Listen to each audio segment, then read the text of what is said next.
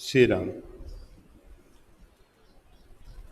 सिद्धांत है कि श्री ठाकुर जी के शरणागत हैं, खुद को वैष्णव मानते हैं, तो हमें किसी से द्वेष नहीं करना चाहिए, सबको अपना पूज्य मानना चाहिए।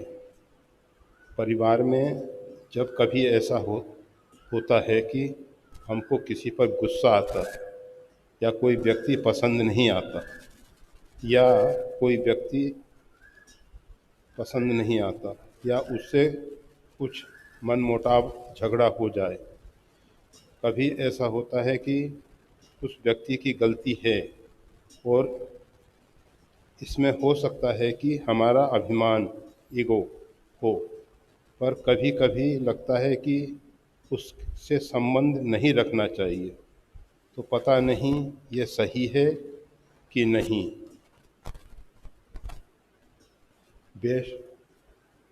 वैष्णवता के हिसाब से सब सबसे समभाव रखना है। अगर परिवार में कोई चीज़ गलत हो रही है और हम गलत बोलें अथवा विरोध प्रदर्शित करें, तो क्या ये वैष्णवता से विरुद्ध है?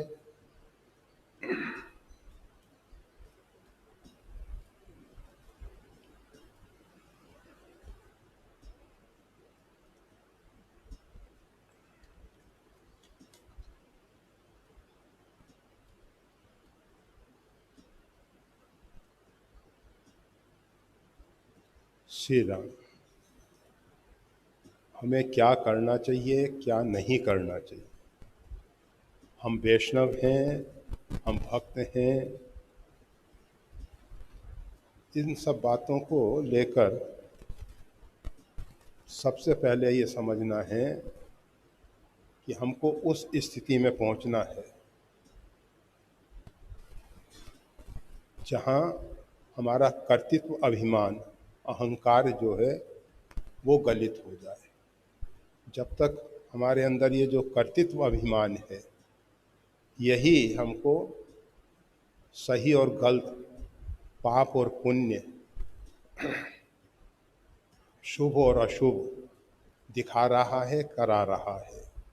हमको आगे चलकर उस कक्षा में पहुंचना है, शुभाशुभ परित्यागी भक्तिमान प्रियो नरः। भगवान को कौन प्रिय है? जो शुभ और अशुभ दोनों से ऊपर उठ गया है। रामचरितमानस में भगवान ने कहा, त्याग ही कर्म शुभाशुभ दायक। शुभ और अशुभ से ऊपर उठ जाना है। हम क्या हैं, उस विषय में गोस्वामी तुलसीदास जी ने भगवान से एक प्रार्थना की है। उस प्रार्थना में कहा गया है, तू दयाल दीन हो, तू दानी हो भिखारी, हो प्रसिद्ध पात की तू पाप पुंजहारी। तात मात पिता सखा स्वामी अनेक तू ठाकुर हो चेरो, तू ब्रह्म हो जीव। इस प्रकार से अनेक संबंध भगवान के साथ जीव के जो संभावनाएं हैं उनके विषय में कहा गया। नाते मोहि तो ही अनेक। प्रभु, आपके साथ मेरे अनेक अनेक संबंध हैं, परंतु मानिए जो भावे, आपको जो संबंध अच्छा लगे, जिसका आप निर्वाह कर सकें। हम तो कहते हैं कि हम भगवान के सखा हैं, हम भगवान के पुत्र हैं, हम भगवान के दास हैं, अनेक अनेक प्रकार के हम संबंध जोड़ते हैं, परंतु उसका निर्वाह कितना कर पाएंगे, कहना कठिन होता है। अर्जुन जो है भगवान को अपना सखा मानता है, परंतु जिस समय भगवान के विराट स्वरूप का दर्शन करता है और भगवान का दर्शन करके महिमानम तवेदम, आपकी इस प्रकार की महिमा है। अजानता महिमानम तबेदम, मैं अज्ञान में था, मैं आपकी महिमा को नहीं जानता था, इस कारण मैंने आपको सखेति मत्वा प्रश्वम यदुक्तम, हे कृष्ण, हे यादव, हे सखेति, मैंने इस प्रकार से आपको संबोधन किया। क्योंकि सखा भाव जो है, मित्र भाव जो है, ये समभाव समान स्तर पे होता है।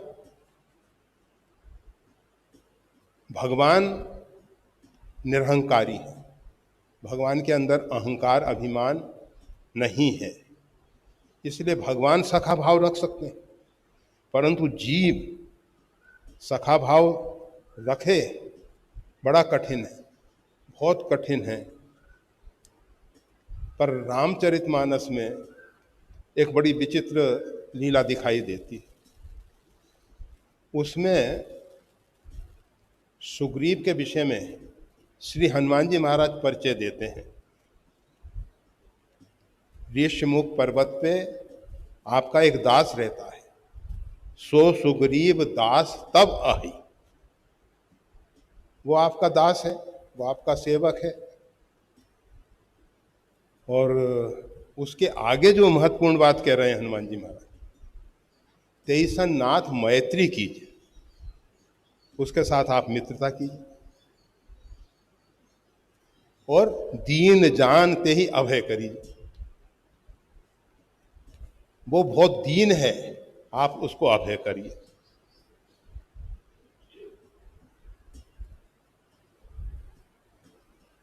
जब हनुमान जी के द्वारा इस प्रकार से निवेदन किया गया और हनुमान जी ने अग्नि साक्षी देकर मित्रता का गठबंधन कराया। वैसे ऐसी मित्रता नहीं देखी जाती है कि अग्नि की साक्षी में दो सखा आपस में इस प्रकार से मैत्री करें, परंतु हनुमान जी ने कराया। और हनुमान जी ज्ञानी नाम अग्रगण्य, ज्ञानियों में अग्रगण्य है, मतलब उनके सदृश ज्ञान किसी दूसरे में नहीं है। ज्ञानियों में सबसे ऊंची कक्षा जो हो सकती है, उस पे हनुमान जी विराजमान। तो हनुमान जी महाराज की ये जो क्रिया है, हनुमान जी महाराज की ये जो लीला है, इसके पीछे हेतु क्या है? सुग्रीव दास है, सो सुग्रीव दास तब है। और फिर भगवान से निवेदन कर रहे हैं, आप इसके साथ मित्रता कीजिए। पहले ही कहा गया मित्रता तो समभाव में होती है, और फिर मित्रता के लिए भगवान तो उपद्रष्टा अनुमंता च, भर्ता भोक्ता महेश्वरा, जो जैसा कहता है। कोई कहता है कि भगवान है ही नहीं, भगवान कहते हैं नहीं है, कोई बात नहीं, कोई फर्क नहीं पड़ता। वो ये नहीं कहते कि कैसे कह दिया तुमने हम नहीं हैं। कोई कहता है भगवान ऐसे हैं, नारद जी ने भगवान को कहा परम स्वतंत्र न सिर पर कोई, भाव वही मन ही करो तुम सोई। अनेक अनेक प्रकार से डहक डहक परचे सब काहू। और यहाँ तक आप भले भवन अब बायन दीना, अभी तक आपको कोई मेरे जैसा मिला नहीं। अब आपने अच्छे घर में संबंध जोड़ा, निमंत्रण दिया है, अब आप जो कर रहे हो ना उसका फल भोगना पड़ेगा आपको। भगवान मुस्कुराते सुनते रहते हैं, भगवान को कोई फर्क नहीं पड़ता। कहो क्या क्या कहना चाहते हो, कहो, तुम शांत हो जाओ। भगवान जो हैं सबकी सुन लेते हैं। तो सुग्रीव के विषय में हनुमान जी ने जो कहा, भगवान ने सब सुना। हनुमान जी ने कहा कि इस प्रकार से मैत्री का संबंध होना चाहिए। तो उस प्रकार से अग्नि को साक्षी में रख के, ये अग्नि को साक्षी में रख के जो संबंध जोड़े जाते हैं, एक मनोवैज्ञानिक पद्धति है जिससे मन पे एक असर पड़े। ये शरीर के अंदर अग्नि जो है, थोड़ा तापमान आपका कम हो जाए, मतलब 34 डिग्री सेंटीग्रेड में बता रहे हैं, उसमें फ़ारेनहीट में 97, उससे नीचे जाने लगे, आपकी स्थिति बिगड़ेगी। और ज़्यादा नीचे चला जाए, जय श्री राम, थोड़ा तापमान बढ़ जाए, टेम्परेचर बढ़ जाए, कितनी ही पट्टियाँ रख लो, कितने ही बर्फ़ का कुछ कर लो, कोई फिर नहीं रोक पाएगा। तो कहने का मतलब अग्नि जो है शरीर में विशेष रूप से, वैसे तो 5 तत्व का ये शरीर है और पांचों तत्व अपने अपने स्थान पे अगर सही हैं तो हमारा शरीर स्वस्थ है। और ये पांचों तत्व अगर शरीर में विषम अवस्था में आ जाते हैं तो शरीर अस्वस्थ हो जाता है, रुग्ण हो जाता है। उसमें भी अग्नि की प्रधानता है। और आपको मालूम है, शरीर में से जो पुर्यष्टका एक शरीर से दूसरे शरीर में गमन करती है, उसमें 3 तत्व होते हैं। उसमें पृथ्वी और जल, ये 2 का अभाव होता है, पर अग्नि, वायु, आकाश 3 उसमें भी रहते हैं। और ये जो स्थूल शरीर है, इसमें भी ये है। अग्नि अगर अपना कार्य करना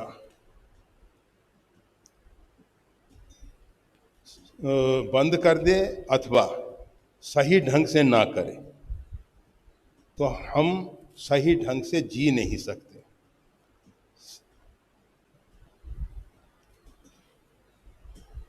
ये जो महापुरुषों के अंदर तेज दिखाई देता है, और कोई भी श्रेष्ठ पुण्यात्मा है, हनुमान जी महाराज ने लंका में देखा रावण का तेज, हनुमान जी ने विचार किया, देखो इतना तेजस्वी है, परंतु ये तेज कहाँ से होता है? तेज होता है बिन तप तेज की कर विस्तार। बिना तपस्या के तेज नहीं होता है। रावण ने कितनी तपस्या की है जिसके कारण इतना तेजस्वी है, परंतु उस तपस्या का आज ये दुरुपयोग कर रहा है। इसको जो परमात्मा ने शक्ति और सामर्थ्य दिया है, उसका ये दुरुपयोग कर रहा है। अगर ये सही रास्ते पे चलता, जो हमारे संतों ने, शास्त्रों ने हम सबके लिए जो आचार संहिता दी है, जीने का जो ढंग बताया है, उस ढंग से अगर ये जीता तो ये लोकपालों से भी श्रेष्ठ था।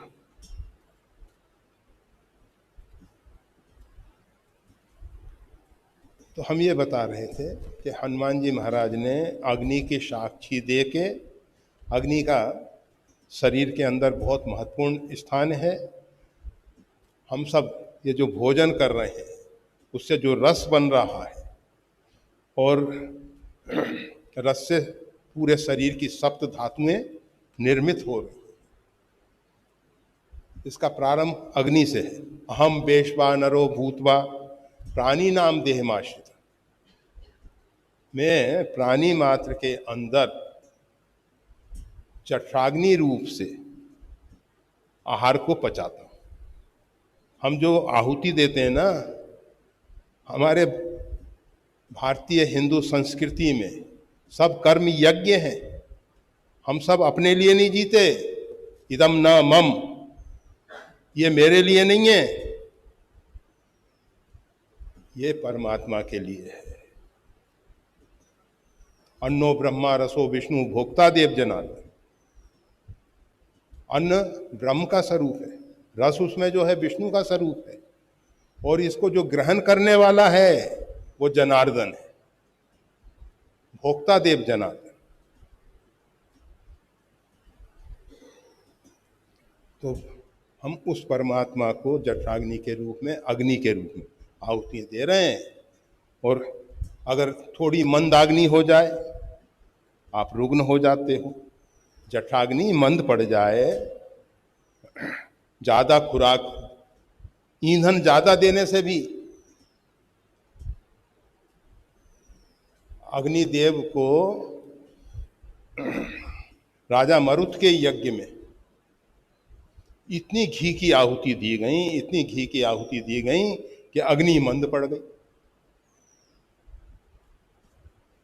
आप आहुति का भी एक प्रमाण है कि कितने मात्रा में आहुति दी जाए। अगर आप उसको ज्यादा दोगे, जठराग्नि मंद पड़ गई। अब उसका इलाज करना है अग्निदेव का। कमजोर पड़ गए अग्निदेव, जो सार्वभौम अस्तित्व का अग्नि तत्व है वो कमजोर पड़ गया। उसका परिणाम पूरे समाज को भोगना है, पूरा समाज परेशान है। फिर व्यवस्था दी गई कि वन में जितनी औषधियाँ हैं उनको अग्निदेव सेवन करें। तो अर्जुन के संरक्षण में वन में आग लगाई गई और वन में अग्नि का फिर औषधियों के द्वारा, जड़ी बूटियाँ, वनस्पतियाँ, और शायद ये आपकी जो यूनानी पद्धति है, यूनानी पद्धति में भी अपने देसी जड़ी बूटियाँ तो हैं, उसके साथ साथ वो कुछ जीवों के द्वारा, मतलब चलते फिरते जीवों के द्वारा मारकर भी औषधियाँ तैयार करते हैं। और आयुर्वेद में है उसका भी एक जगह विधान, परंतु नहीं जैसा है, नहीं जैसा है। तो हम ये बता रहे थे कि फिर वो जठराग्नि को तीव्र करने के लिए वो किया गया प्रयोग, और फिर अग्निदेव की जठराग्नि ठीक हुई। तो इंसान जब खुराक में, भले ही वो सही तत्व हैं, पौष्टिक तत्व हैं, शरीर के लिए आवश्यक तत्व हैं, पर वो जरूरत से ज़्यादा हो जाएंगे। इसीलिए गीता में भगवान कहते हैं युक्ताहार विहारस्य युक्त चेष्टा कर्मसु। युक्त आहार विहार होना चाहिए। यह नहीं कि बहुत ज़्यादा खा लें, यह नहीं कि बहुत कम खाएं। अगर हम बहुत कम खाएंगे अथवा ज़्यादा खाएंगे, दोनों से ही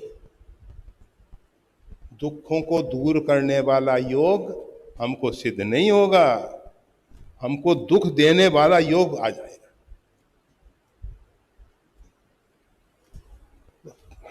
ये प्रश्न का उत्तर देना है, घड़ी की सुई बराबर चल रही है, तो हमको कहना इतना है कि अग्नि की साक्षी में हनुमान जी ने दोनों की संधि कराई है, मित्रता का भाव जोड़ा है। हनुमान जी जानते हैं जीव जो है अहंकारी है, अभिमानी है। एक बच्चे से भी आप कहेंगे आइए विराजिए, सम्मान देंगे आप उसको, अच्छा लगेगा उसको। ए बैठ जा,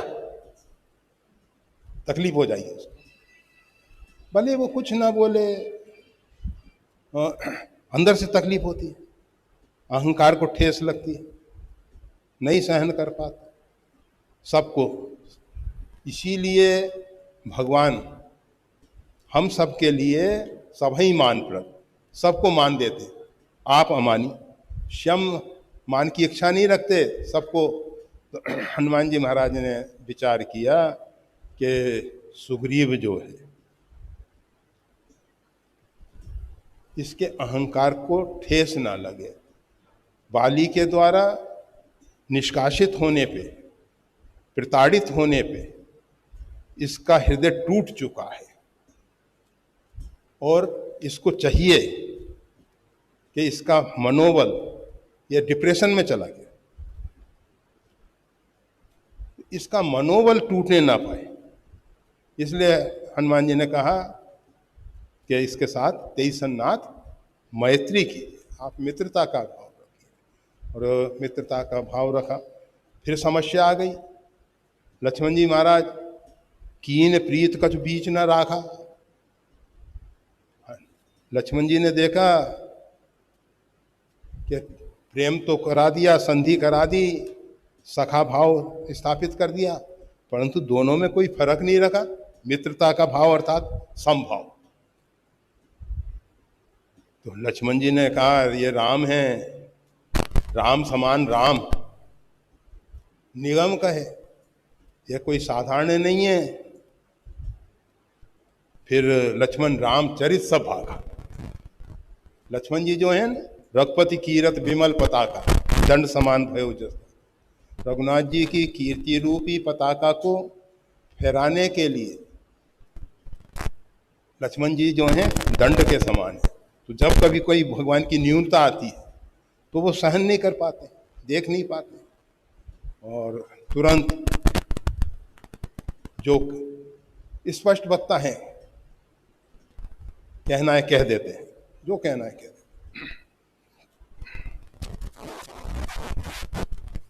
तो फिर लक्ष्मण जी ने सब बात बताई। बड़ा लंबा प्रसंग है, रामचरितमानस बहुत अगाध है, बहुत अगाध है। तो मूल प्रसंग पे हमको आना है। हम भगवान के साथ जो संबंध जोड़ेंगे, पता नहीं उसका निर्वाह हो पाएगा या नहीं हो पाएगा। सुग्रीव ने मित्रता के भाव को तोड़ दिया। स्त्री मिल गई, राज मिल गया, राज वैभव में, स्त्री के संग में इतना भूल गया भगवान के साथ जो निश्चय किया था, प्रतिज्ञा की थी कि चतुर्मास बीतने पर सीता शोध के लिए कार्य नहीं, सब भूल गया था। परंतु भगवान श्री राम, जब लक्ष्मण जी ने कहा सुग्रीव ने ये बात भुला दी है,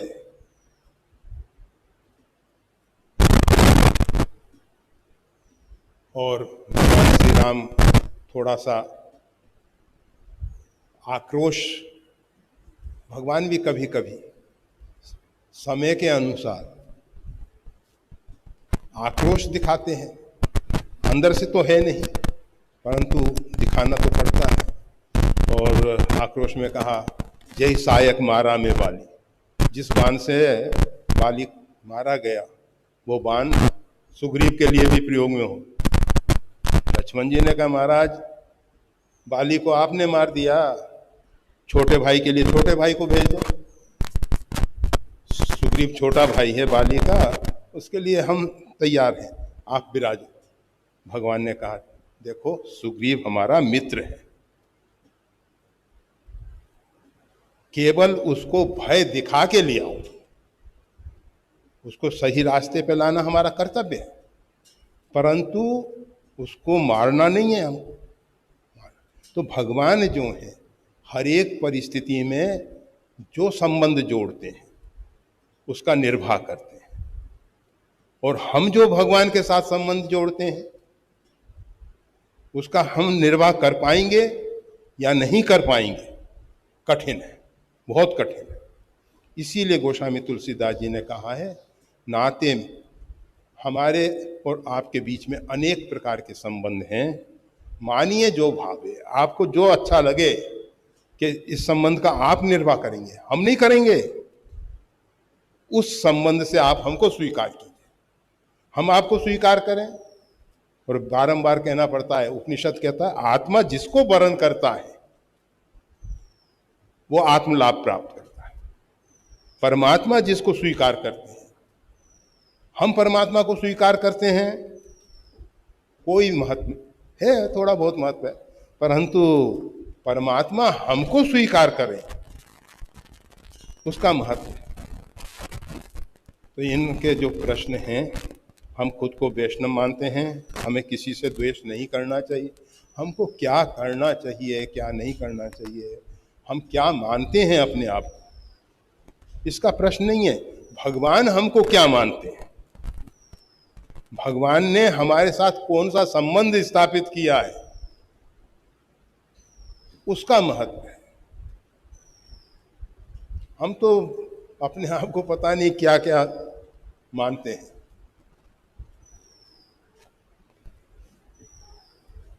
और फिर किसके साथ कैसा व्यवहार करना चाहिए,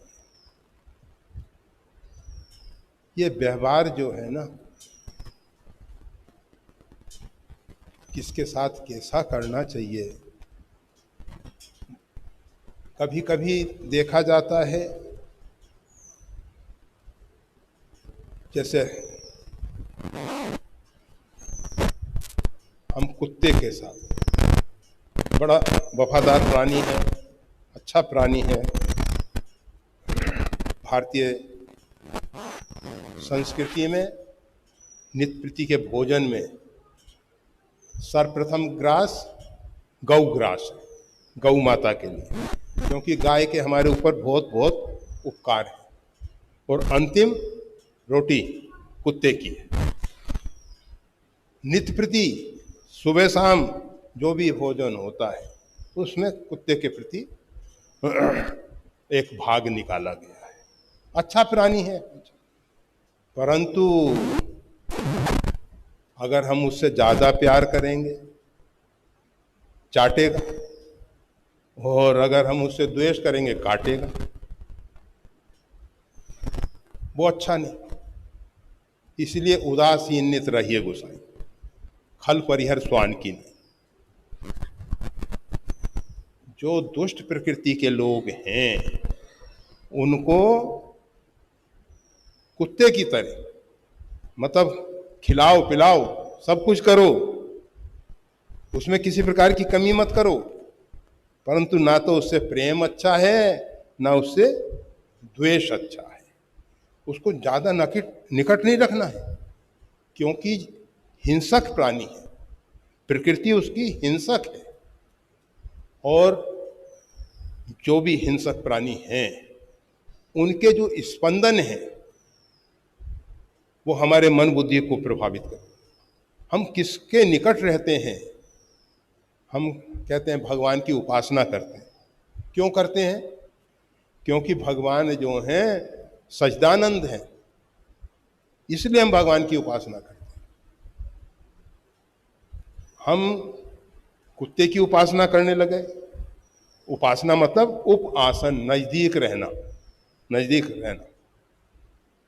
हम कुत्ते को नजदीक रखने लग गए, बिल्ली को नजदीक रखने लग गए। पाश्चात्य देशों में तो बस कुत्ते बिल्ली जरूर घर में हैं, इंसान हो या ना हो चलेगा, परंतु कुत्ते बिल्ली तो चाहिए। अच्छा नहीं, अच्छा नहीं। कुत्ते का पालन अच्छा है, परंतु नजदीक रख के इस प्रकार से लाड़ प्यार करना अच्छा नहीं होता है, अच्छा नहीं होता है। उसको तो भाई दूर ही रखना अच्छा है। जिससे भी हमारा मन, जिससे भी हमारी बुद्धि विकृत होती है, बिगड़ती है, उसको नजदीक रखना ठीक नहीं। दूसरी बात, जितने भी ये संसार के संबंध हैं, इन्होंने कुछ अपने परिवार में जब कभी ऐसा होता है कि हमको किसी पर गुस्सा आता है, कोई व्यक्ति पसंद नहीं आता, या उसमें कुछ मनमुटाव झगड़ा हो जाए, कभी कभी ऐसा होता है, उस व्यक्ति की गलती है। और इसमें हो सकता है कि हमारा अभिमान, ईगो हो, पर कभी कभी लगता है कि उससे संबंध नहीं रखना चाहिए। इस विषय में थोड़ा सा समझना चाहिए। किसके साथ संबंध रखना चाहिए, किसके साथ संबंध नहीं रखना चाहिए। मीरा जी ने कहा, परिवार के लोग, हम संतों के बीच में बैठते हैं, भजन कीर्तन करते हैं, तो परिवार के लोगों को तकलीफ होती है, और उसमें विशेष राना को क्या तकलीफ है? मीरा संतों के बीच में बैठ रही है,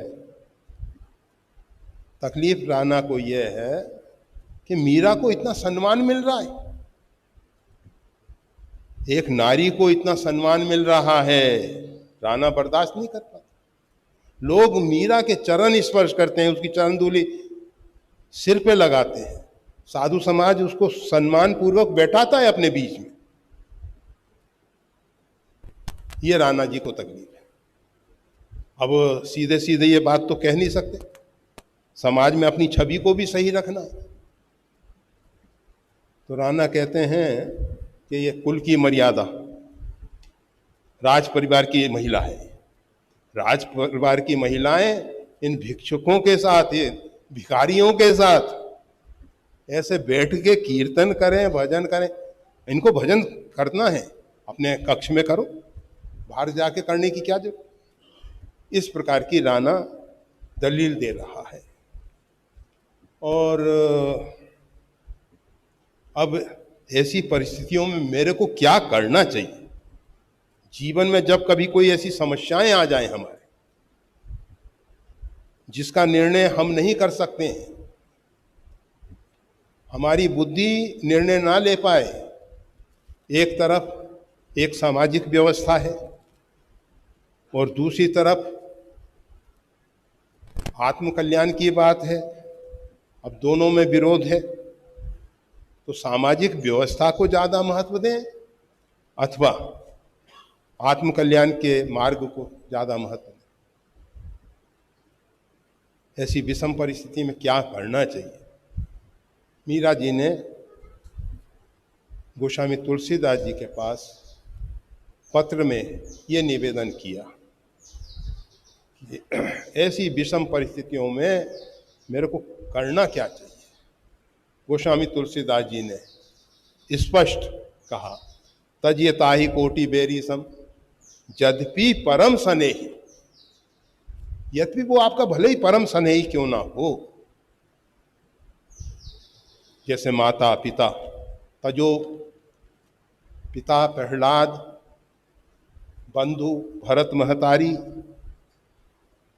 अनेक उदाहरण दिए उन्होंने। तज्यताहि कोटि बेरी सम यद्यपि परम स्नेही, जाके प्रिय न राम वैदी।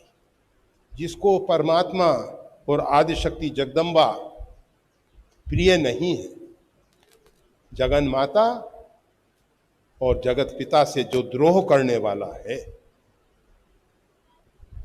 उसका तज्यताहि कोटि बेरी सम, उसको त्याग दो करोड़ों बेरी के समान। परंतु त्यागने का मतलब ये नहीं है कि भरत जी और माता कैकेयी को त्याग के कहीं बाहर चले गए। प्रहलाद उसी भवन में रहते हैं,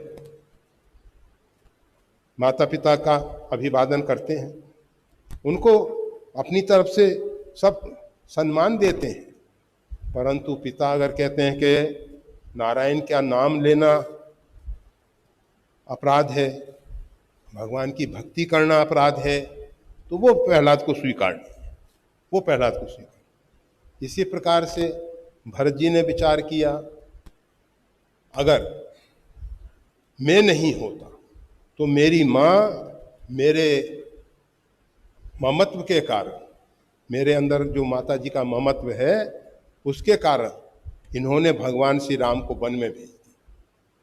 अगर मैं होता ही नहीं इनका पुत्र तो निश्चित है इस प्रकार का वरदान कैसे मांगती हैं। मेरे कारण भगवान वन में गए, मैं अपराधी हूं, और उस अपराध में मेरी माता ने मेरे प्रति जो उनका लगाव है, ममत्व है, तो उसको दूर करने के लिए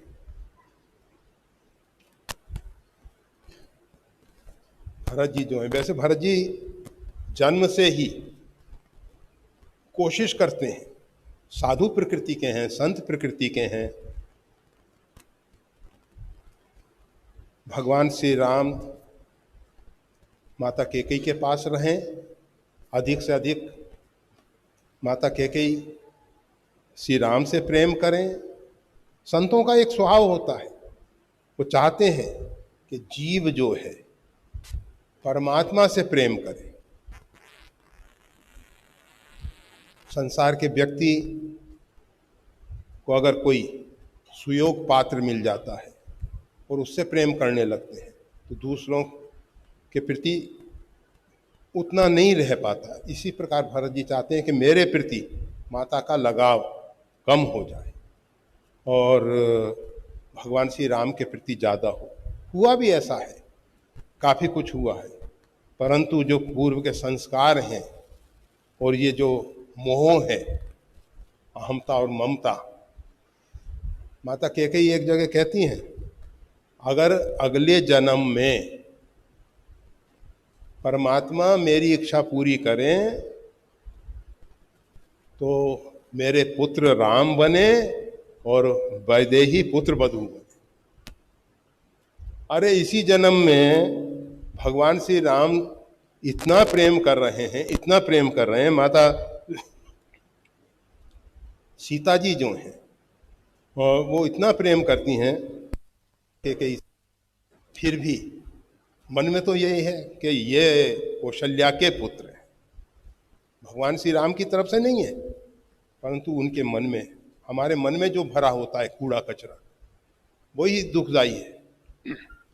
तो कहने का मतलब यह है सारांश में, हमको उन्हीं के साथ संबंध रखना है। संबंध अर्थात घनिष्ठता, हृदय से, जिसको भगवान श्री सीताराम जी प्रिय लगते हैं। और जिनको भगवान सीताराम जी प्रिय नहीं है, तजिए ताई कोटि बेरी सब। हम क्या हैं, हम कैसे हैं, इन सब बातों को भूल जाओ। हमको केवल एक बात याद रखनी है कि भगवान किसको प्रिय हैं, भगवान का कौन प्रिय है, उसके साथ हमारा संबंध होना चाहिए। जो भगवान से दूर करने वाले हैं उनसे हमारा संबंध नहीं रखना चाहिए। तो अपने अभिमान अहंकार को भुला देना चाहिए। और लिखते हैं वैष्णव के हिसाब से सब में समभाव रखना है।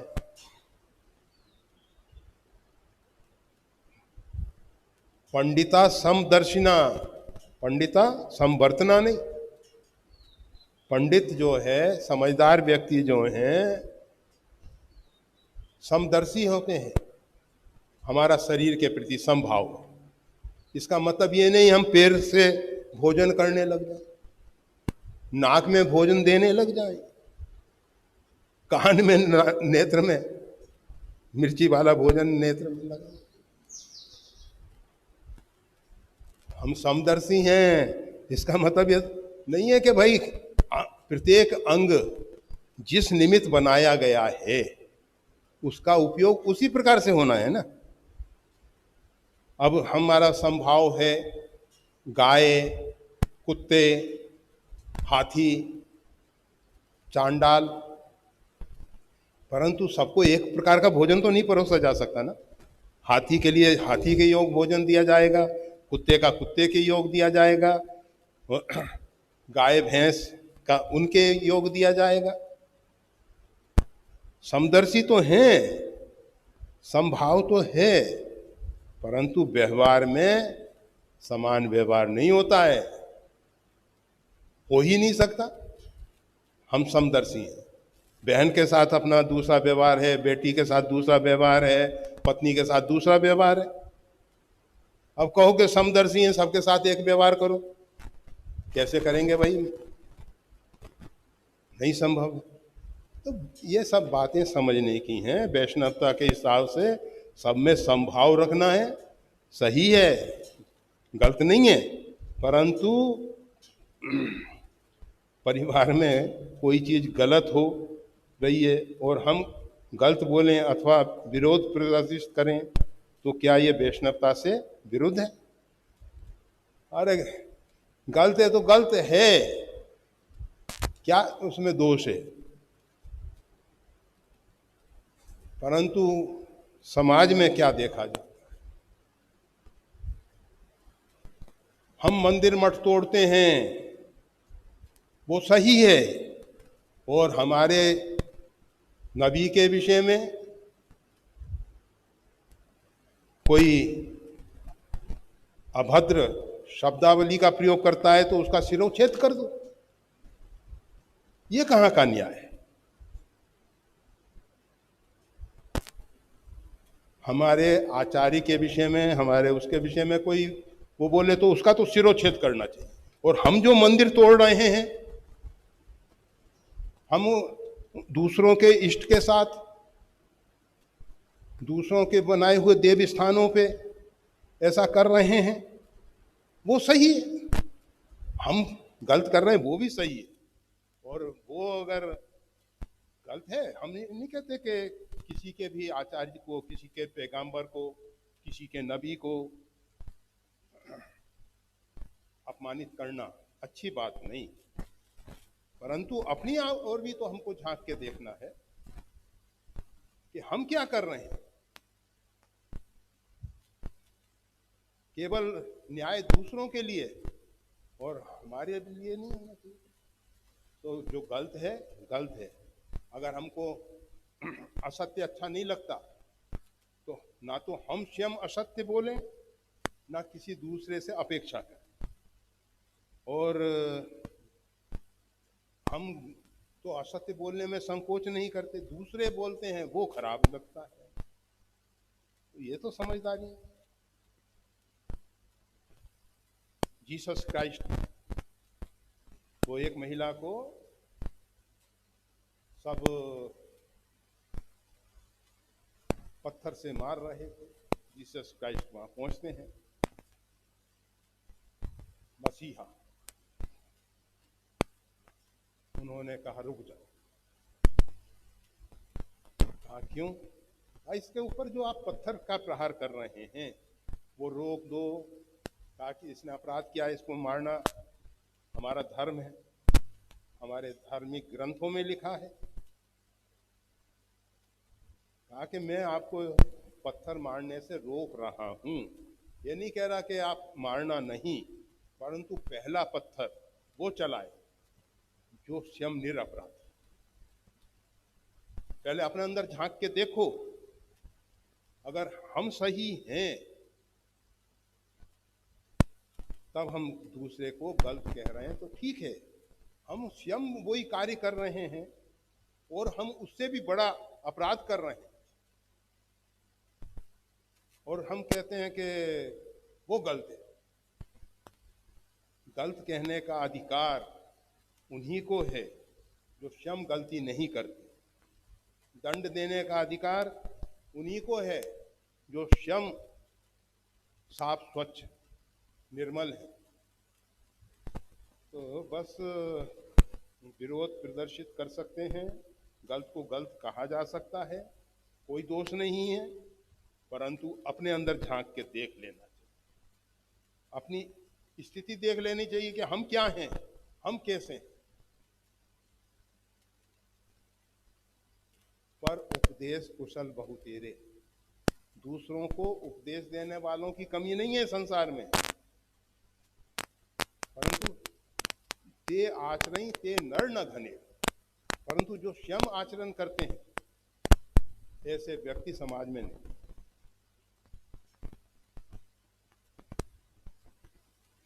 अब हम ज्यादा नहीं कहेंगे, हमारे सामने घड़ी है और घड़ी के साथ साथ हमको आगे के कार्यक्रम अपने वो भी देखने पड़ने होंगे। जय श्री